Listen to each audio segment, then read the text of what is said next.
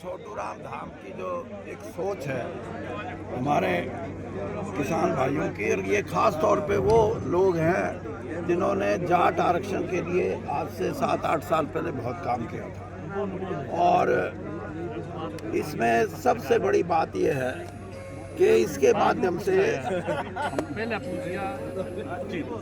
सांस्कृतिक रूप से, राजनीतिक रूप से, आर्थिक रूप से, सामाजिक रूप से कौम को जगाना, उनको इकट्ठा करना और उनको इस देश की जो व्यवस्था है उसमें एक मजबूती देना, ये प्रयास है।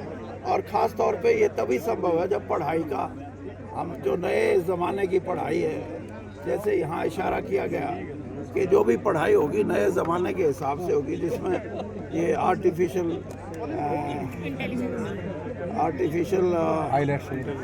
इंटेलिजेंस है और भी कई चीज़ें ऐसी हैं जो जब हम पढ़ते थे तो हमारे प्रिंसिपल के बेटे का बीए में 2nd डिवीज़न में पास हो गए, मैं 1st डिवीज़न में। हम देखने गए उसको, मैं कहा यार ये 1st डिवीज़न वाला कौन है। आज के ज़माने में सब चीज़ें बदली हुई है। आज के ज़माने में 98% से कम नंबर आ जाए तो बच्चा ही रोना शुरू कर देता है, माँ बाप तो रोते रोते हैं। तो इसलिए एक व्यवस्थित रूप से हमारा समाज शिक्षित हो, और शिक्षित का मतलब ये नहीं है कि शिक्षित हो और शिक्षा में अपनी सोच के मुताबिक वो ज़िंदगी में जाए, चाहे उसको उद्योगपति बनना है, चाहे उसको उद्योग में नौकरी करनी है, चाहे वो किसी सर्विस में जाना चाहता है या खेती के अंदर एक नई सोच के साथ खेती करना, ये सारी चीज़ें। तो ये इसका समाधान यहाँ होगा मुझे लगता है। और आज जिस तरह से विदेशों से भी और कई राज्यों से यहाँ समाज के लोग आए हैं, उससे ये एक अच्छा स्थल बनेगा। जैसे कहा यशपाल मलिक जी ने कि हमारे यूनिवर्सिटी बनाने की भी इसकी सोच है, तो वो और भी अच्छी बात है। बिश्नोई समाज को जोड़ने की बात आपने की है आज स्टेज से, ये बहुत बड़ा मुद्दा आपने उठाया, क्या कहेंगे? ये बिश्नोई समाज, तो मैं सिर्फ इतना कहूँगा कि बिश्नोई एक सेक्ट है, और जैसे आर्य समाज भी एक सेक्ट है, जैसे वैष्णव भी एक सेक्ट है, ये इस तरीके से। लेकिन बिश्नोई समाज में जो गुरुजी थे वो तो राजपूत थे, और समाज जो जुड़ा वो 99% जाट बिरादरी है, खास तौर पे हरियाणा, पंजाब और राजस्थान। आपने जिस तरह से कहा कि हिंदुस्तान और पाकिस्तान के जाट एक हो जाएं तो झंडा ही खत्म हो सकता है। हाँ, हो सकता है, संभव है। मैं इसीलिए कहता हूँ कि बहुत बड़ी संख्या में अगर ये निर्णय ले उत्तरी भारत में जाट और वहाँ का पंजाब का, तो एक संदेश जाएगा जिसको को एग्जिस्टेंस, यानी ऐसा वातावरण जिसमें लगे कि हम सामाजिक रूप से एक रहेंगे तो तरक्की करेंगे, हमारा समाज सुखी रहेगा, हमारा समाज प्रसन्नता से रहेगा, आर्थिक रूप से हमारी ताकत बढ़ेगी। ये पाकिस्तान के लिए भी ज़रूरी है और हमारे देश के लिए भी। एक सोच बना के रखें, और वो भी राजनीतिक कारणों से या राजनीतिक फ़ायदा लेने से। और मैंने ये भी कहा कि इस किस्म का अगर प्रयास पूर्ण रूप से संपन्न हो जाए तो यूक्रेन और रशिया की लड़ाई और गाज़ा और इजराइल की लड़ाई, इसमें भी बड़ा भारी प्रभाव पड़ सकता है। एक संदेश जाता है। ये पहले बड़े महात्मा लोग संदेश देते थे, आज बिरादरियां संदेश दे, अच्छा है। किसान नेता सरवण सिंह पदेर जो है वो दिल्ली पैदल यात्रा पे निकलने वाले हैं और डल्लेवाल जी आमरण अनशन पे बैठे हैं। आप किसानों की बात कर रहे हैं, क्या कहेंगे? मैं तो कह रहा हूँ कि उनको लेट हो गए तो 6 महीने पहले बैठना चाहिए था, बल्कि मार्च करना चाहिए। और ये ताकत है किसान की कि आपने 3 कानून जो वापस कराए हैं वो आपकी ताकत का परिचायक है। और आज मैं ये बात कहता हूँ कि एमएसपी की भी मेरी अपनी सोच के मुताबिक ये है कि एमएसपी जो है फर्स्ट वैल्यू एडिशन पे एमएसपी निर्धारित हो, तब किसान को उसका मिलेगा। ये नहीं है कि 2300 के 2450 कर दो, फिर 2 साल के बाद 2600 कर दो, इससे उसकी गुर्बत दूर नहीं होगी।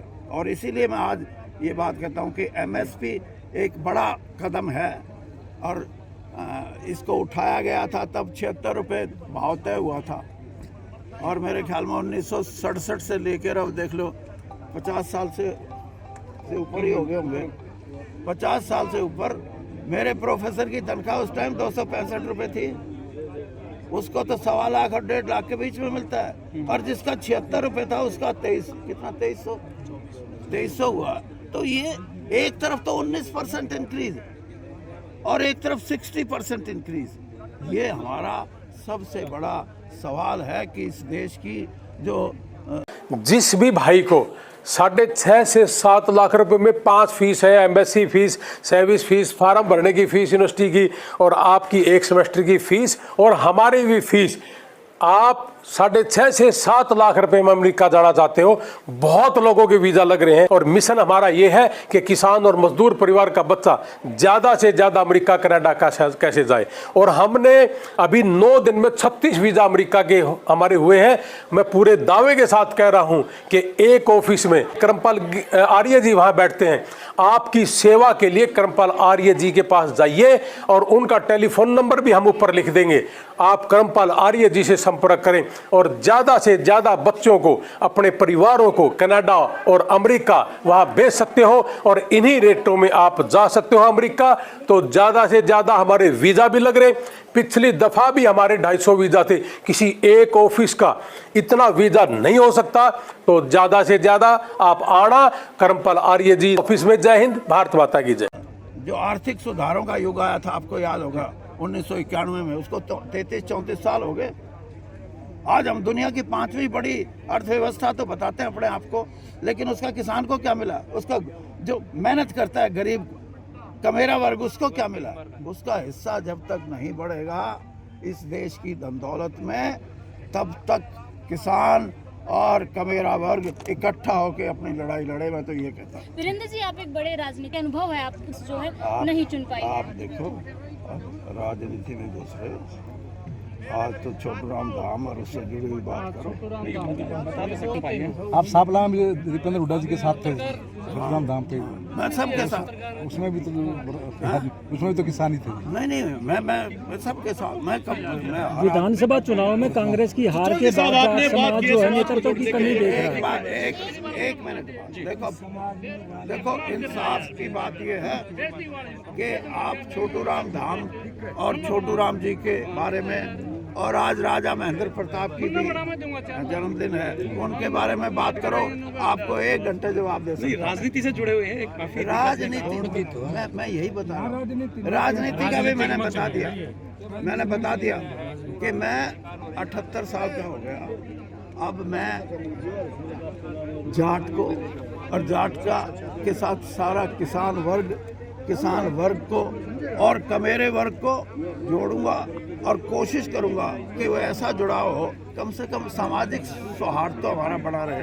वोट तो कोई किसी को दे ना दे, ये नहीं है बात, लेकिन आज के दिन तो सामाजिक रूप से भी हमारे को अलग अलग करने की कोशिश की जा रही है। वैसे तो अन्नदाता बोला जाता है, लेकिन ये सेनादाता भी है, और ये समाज के अंदर नई दिशा में चलने के लिए भी जाट समाज किसी से पीछे नहीं रहा।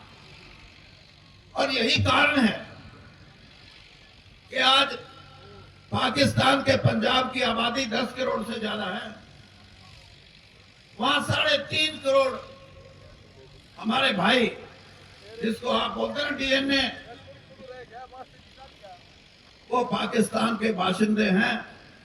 और पाकिस्तान में अगर वो ना हो तो पाकिस्तान को रोटी पानी की भी दिक्कत हो सकती है। वो मेहनती कौम है, वो दूसरों के लिए पैदा करना जानते हैं, दूसरों के लिए अपना सब कुछ त्याग कर भी समाज को इकट्ठा रखने का उनकी सोच होती है। यही हाल पंजाब का है। पंजाब की आबादी में भी जो हमारे जट सिख हैं वो 16% से ज्यादा है, और जिनको हिंदू समाज जाट हिंदू समाज में भी है, हम आपस में बटे हुए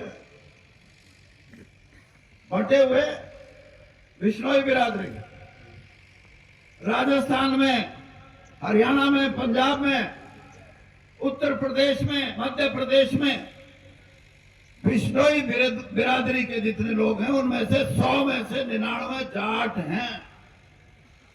आप उनको अपने साथ जोड़ने का काम करो। एक अंजना बिरादरी है राजस्थान में, एक सिरवी बिरादरी है राजस्थान में, और राजस्थान से लगती हुई सरहद है, वहां चौधरी बिरादरी है राजस्थान में, नहीं इसमें गुजरात में। अपनी अपनी पहचान, और वो मन से कहते हैं कि हम भी जाट हैं, लेकिन आपके मन में हमेशा ये रहेगा ये पता नहीं क्या तो है, सैग है। और ये दूसरे भाई ब्राह्मण समाज हमारा जो जांगड़ा बिरादरी है, उन्होंने ये लिखना शुरू कर दिया कि जांगड़ा ब्राह्मण, और ब्राह्मण समाज ने उनको अपना लिया, क्योंकि अपने धड़े को बड़ा करने के लिए, और हम अपने धड़े को घटाने के लिए काम करते हैं। अगर सही मायनों में छोटू राम जी का जो दिया हुआ संदेश था उसको अगर आप सही मानते हैं, तो पहले ये जो जिनके नाम लिए हैं, जिन बिरादरियों के जो अपने हैं, जिनका खून का रिश्ता हमारा है, धर्म अलग अलग हो सकता है, जात कभी अलग नहीं हो सकती, जाट तो जाट ही रहेगा। और इस बात को अगर हम अपना के आगे बढ़े तो हरियाणा के अंदर भी, यहां आपको ये लगता है कि हम सही रास्ते पे आगे बढ़ रहे हैं, लेकिन सामाजिक रूप से हम इकट्ठा नहीं है। अगर सही मायनों में मैं कहूं तो दो तरह का समाज बन गया हमारा। एक तो वो भाई जो आज भी गांव से जुड़ा हुआ, खेती से जुड़ा हुआ है, और जिसके मन में आपस में रहने का प्रेम है, सद्भाव है। एक गांव भी जाट का ऐसा नहीं हो सकता जहां 36 बिरादरियों का आपस में प्यार ना हो, सद्भाव ना हो, प्रेम ना हो, सौहार्द ना हो, और उनके अंदर जो सह अस्तित्व की भावना है, इकट्ठा रहने की, इस बात को कहीं ना कहीं सामाजिक रूप से जो गांव में बैठा भाई है उसको संभालना पड़ेगा, समझना पड़ेगा कि हम इन सबको इकट्ठा रखें।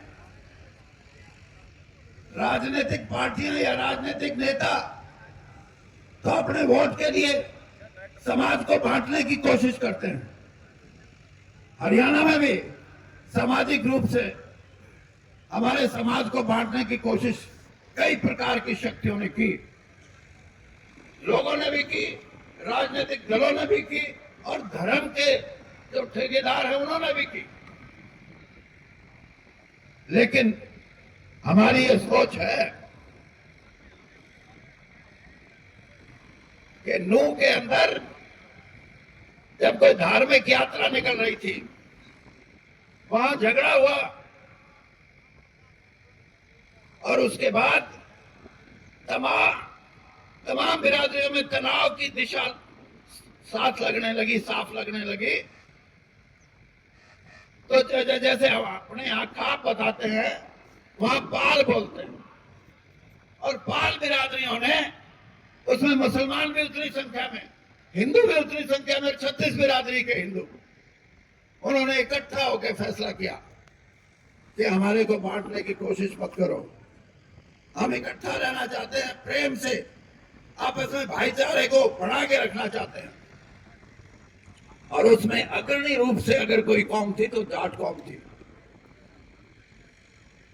उनकी रहनुमाई में ये चीज हरियाणा की सभ्यता में पड़ी हुई है। और मैं तो यहां तक कहता हूं, जिस दिन हरियाणा, पंजाब, राजस्थान और हमारी ये जाट बिरादरी इकट्ठा होंगी तो किसान भी इकट्ठा होगा, वरना किसान के आंदोलन को भी यही कहते थे।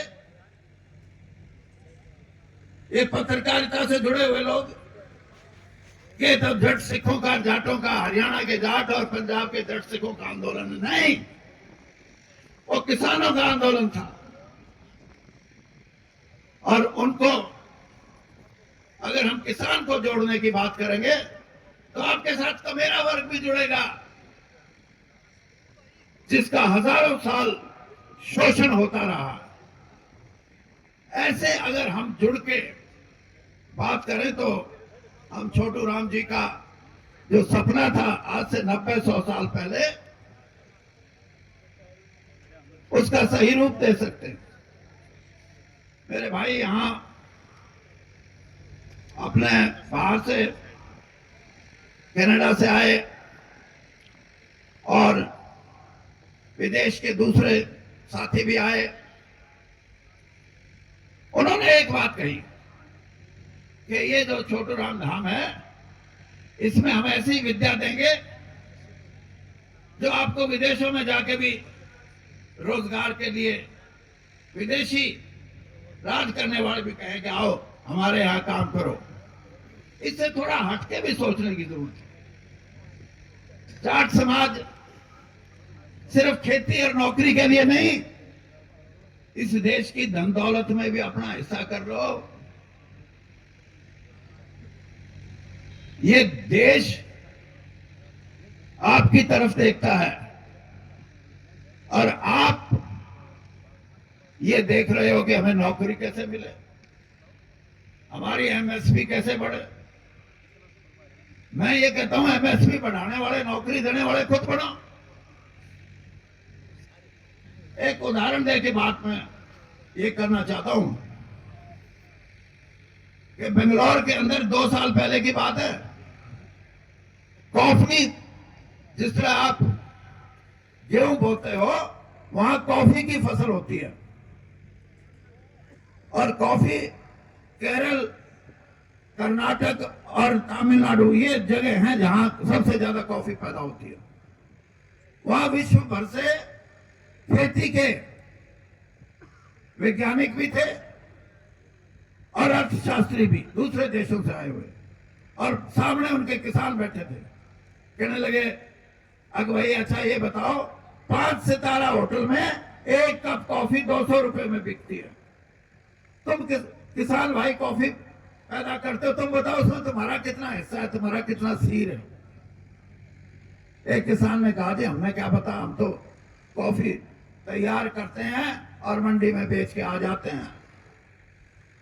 तो उसी अर्थशास्त्री ने ये बताया जो 200 रुपए की 1 कप कॉफी बिकती है उसमें किसान तेरा सिर्फ 2 रुपए का हिस्सा है।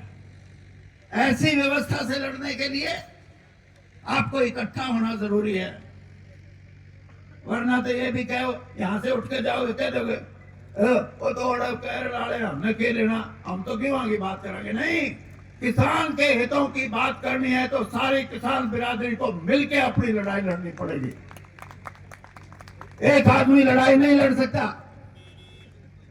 कि ये कौन, आगे तो गन्ने के कीमत बढ़ाने के लिए आंदोलन करते हैं, ये कौन, आगे तो मूंगफली बोए हैं राजस्थान में उसकी कीमत बढ़ाने के लिए लड़ाई करते। नहीं, लड़ाई करनी है किसान की तो मिलके लड़ो। और मिलके, मैं इसीलिए कह रहा हूं कि ये धाम, इस धाम में हर आदमी वो आए जिसको किसानी से प्यार है, जिसको अपनी कौम से प्यार है, जिसको भाईचारे से प्यार है। और जब यहां आएगा तो उसको लगेगा कि मैंने अपनी यात्रा पूरी की। अरे कम से कम कुछ तो सोच लो।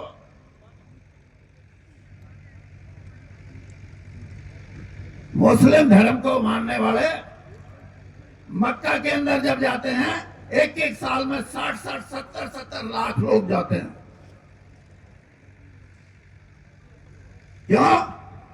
क्योंकि उनका विश्वास है कि यहां आ गए तो हमने अपने धर्म की सारी प्रक्रिया पूरी कर ली।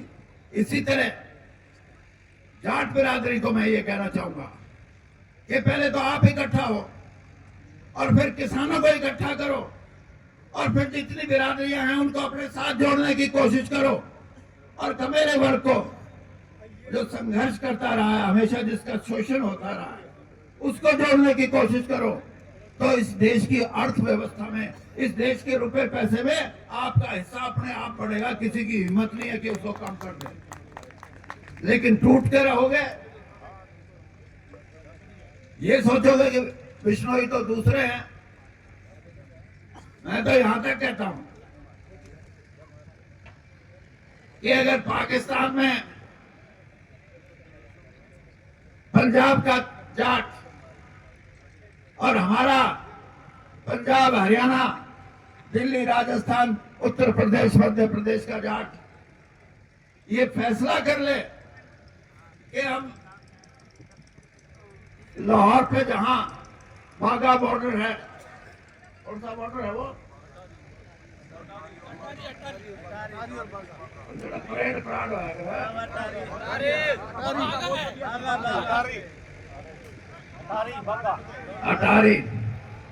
अटारी बॉर्डर पे अगर उधर से भी और इधर से भी लाखों किसान और जाट बिरादरी के हमारे भाई, चाहे जट सिख हैं, चाहे हम हिंदू जाट हैं और चाहे पाकिस्तान के हमारे मुस्लिम बिरादरी के भाई हैं, जिस दिन लाखों की संख्या में वहां ये ऐलान कर दोगे कि हमारा धर्म कुछ और, डीएनए एक ही है, हम किसान के बेटे हैं, जाटों के बेटे हैं, हम लड़ेंगे नहीं, पाकिस्तान और हिंदुस्तान का झगड़ा ही खत्म हो जाएगा। मैं दावे से कहता हूं। और यही नहीं, वो इतना बड़ा संदेश जाएगा कि रूस और यूक्रेन की लड़ाई पे भी असर पड़ेगा। अरे ये 20,000 साल पुरानी सभ्यता के लोग अब भी मिलके इकट्ठा होकर लड़ना चाहते हैं, तो हमारे को क्या कमी?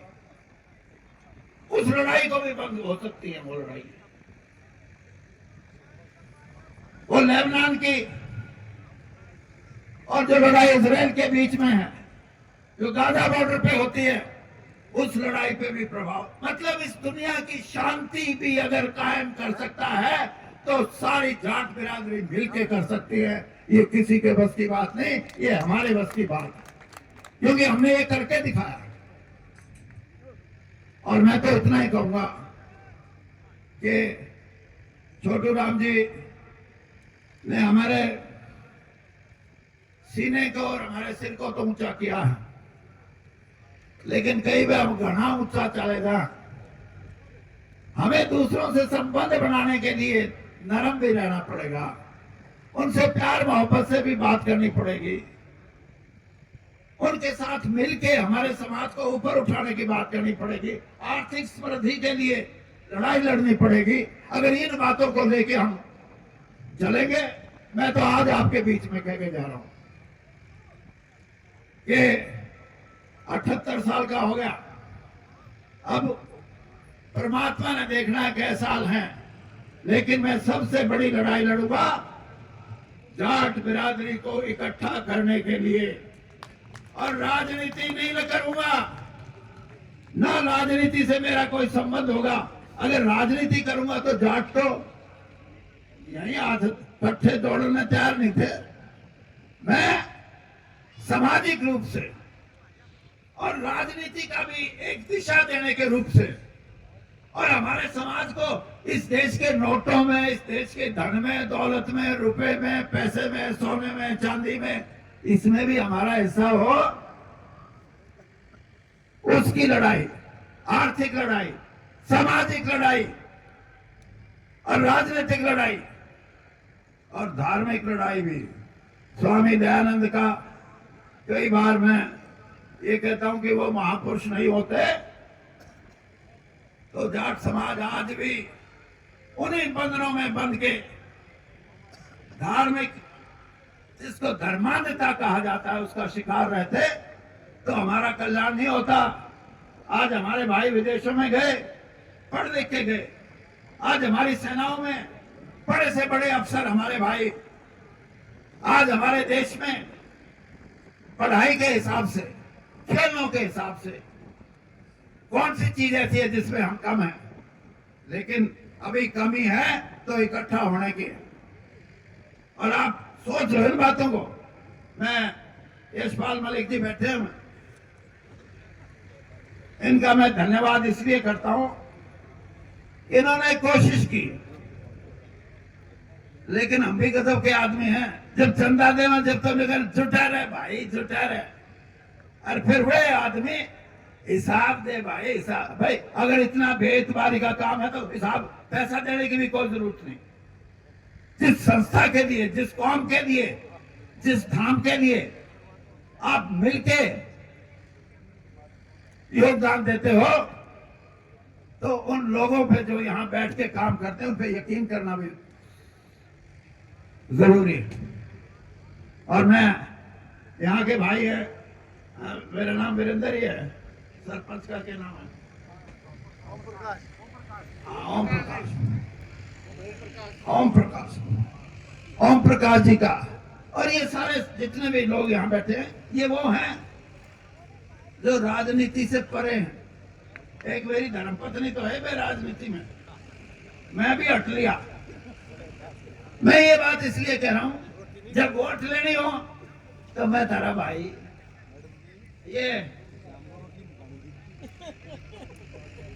ये अपना भाई रणधीर पनिहार और पूछ लेगी। अरे नेता लोग, एमएलए, एमपी, मंत्री, मुख्यमंत्री। मेरी लड़की की शादी थी, ईमान से बताता हूं, मुझे दुख होता है इन बातों का। मेरी लड़की की शादी थी, मैंने राजनीति में मैं हूं था, सबको चिट्ठियां भेजी, और कुछ ने आके मुझे बताया, अरे भाई मुख्यमंत्री ने कहा ब्याह में नहीं जाना उसके। ये समाज की व्यवस्था है। व्यवस्था का मतलब ये है कि कोई एमपी, एमएलए अपनी पार्टी से, अपने मंत्री से, अपने मुख्यमंत्री से पूछ के आएगा मैं जाऊं कि नहीं जाऊं। ये हमारे समाज की गिरावट है, और ये गिरावट राजनीतिक लोगों ने पैदा की है, समाज ने पैदा नहीं की, ये राजनीतिक लोगों ने पैदा की है। इन चीजों से ऊपर जिस दिन उठ जाओगे, आपका कोई मुकाबला करने वाला नहीं है इस सृष्टि पे। और इसीलिए मैं आपसे कहता हूं कि जो वोट लेने आते हैं तब तो जात पात की बात करते हैं, और जब कुछ मिल जाता है तो उसकी जात कुछ नहीं लगती। फिर तो यह है कि राजनीति में मेरे को किसको खुश करके रखना है। इस प्रवृत्ति से अगर हम छुटकारा नहीं पाएंगे तो हम मजबूत नहीं हो सकते। मैं आज आपको यह बात बता के जा रहा हूं, मैंने अभी जैसे कहा, मैं एक लड़ाई लड़ने जा रहा हूं कि मेरी बिरादरी इकट्ठा हो, वोट कहीं दें, लेकिन कम से कम इकट्ठा होने का तो हौसला हो। वोट कहीं का मतलब यह नहीं है कि आप राजनीतिक तौर पे शादी ब्याह में जाके ये अपनी पार्टी से पूछो, तो ये सारी बातें हैं बहुत मायने रखती हैं। और मैं एक काम और करके जा रहा हूं, मैं आपसे सबसे कि मैं 500 रुपए के हिसाब से 5 लाख रुपए इकट्ठा करूंगा। कितने आदमी आप होंगे बताइए भाई? 1000 लोगों से 500 रुपये लेके और इस काम में दूंगा, और उनकी लिस्ट दूंगा। और मैं 100 करोड़ तो नहीं है लेकिन 1 लाख रुपया मैं अपनी तरफ से, और मेरी धर्मपत्नी छोटू राम बेच, ऐसा नहीं है, मैंने बिकवा होगा क्या कितने? मैंने ईमानदारी से राजनीति की है। और मेरी धर्मपत्नी ये छोटू राम विचार मंच की अध्यक्ष है हरियाणा की। 1 लाख आप अपने विचार मंच जो ट्रस्ट है उससे दो। और भाई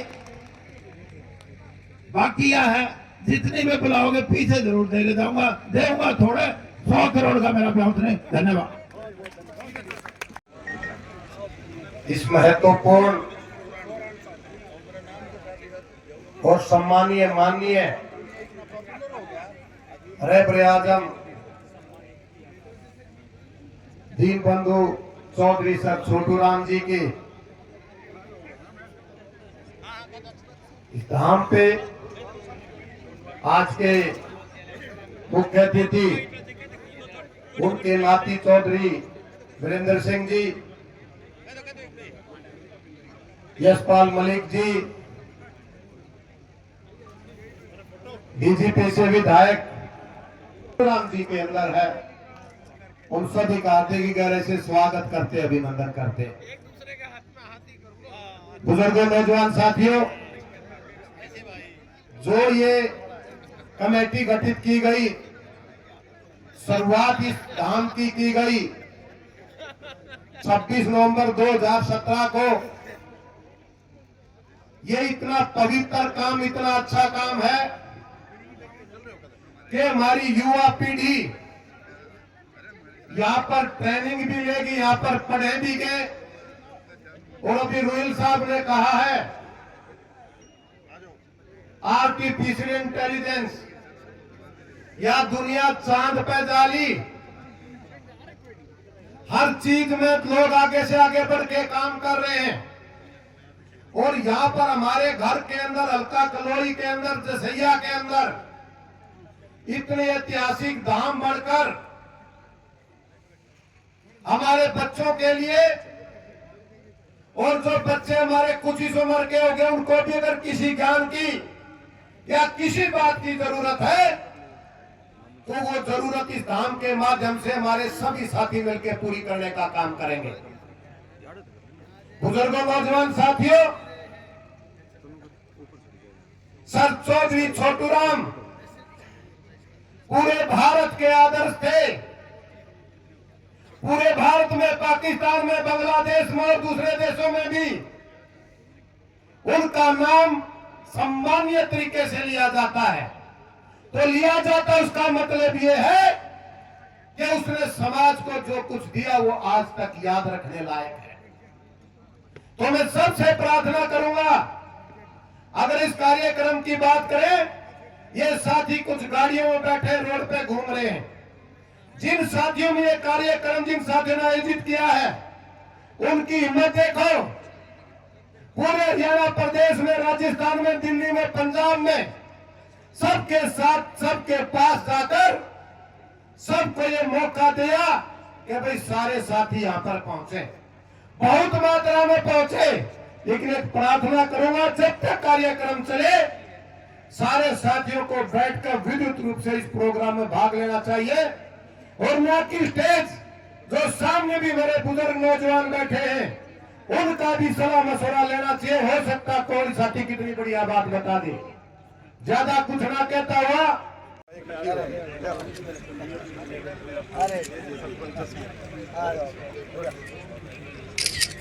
आगे से हटिए भाई, थोड़ा हटिए भाई। हेलो,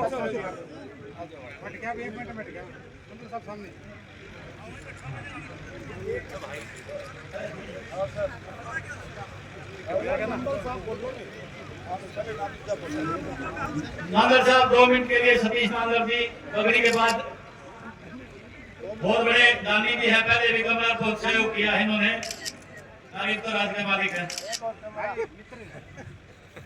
मंच पे उपस्थित हमारे सभी माननीय जाटनियों को मेरा नमन। और यहाँ सभी ग्रुप में बैठे हुए सब जाटनियों को नमन। मैं भी अमेरिका से मैंने अपनी टिकट इसलिए एक्सटेंड करवाई है कि मैं गर्व से ये कह सकूं कि मैं भी जाटनी हूँ और जाट समुदाय को इकट्ठा करना चाहती हूँ, सबको इकट्ठा जोड़ना चाहती हूँ। हम विदेशों में बेशक हैं, पर हमें अपने देश से बहुत प्यार है। उसके लिए मैं 2 लाइनें कहती हूँ।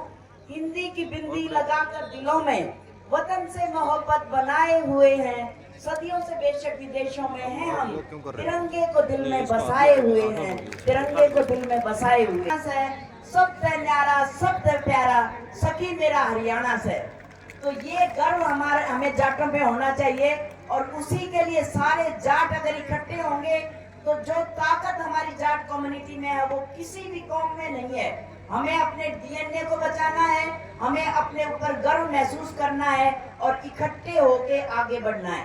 ये बहुत बड़ा प्रयास है और मैं आप सबका बहुत बहुत धन्यवाद करती हूँ। समय ज्यादा नहीं लेती। धन्यवाद। आने वाली लड़ाई के लिए तैयार करना है। जय हनुमान, जय जाट, जय बलवान। धन्यवाद कर्नल सुधीर। परिवार से आ रहे हैं जैसे सुभाष है, प्रवीण कोटाल के पिताजी कबलाना से हाथ जोड़कर विनती है, आप स्टेज पर आ जाओ। आपका मान सम्मान है सभी का। पूरे हरियाणा से कोई भी भाई जाट और आंदोलन शहीद हुआ है, 1000 का नगद अभी एक कमरा दिया है। मैं उनसे विनती करता हूँ कि कृपया एक बार स्टेज पर आकर के समाज के लोगों से पैसे दे दिए वहाँ नगद 4 लाख। बहुत स्वागत है भाई नवल सिंह का, बहुत बहुत धन्यवाद।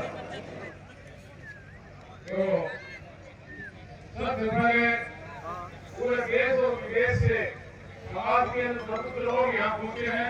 उन सभी साथियों का एक करता हूँ। सम्मानित मंच और मेरे समाज के सरदार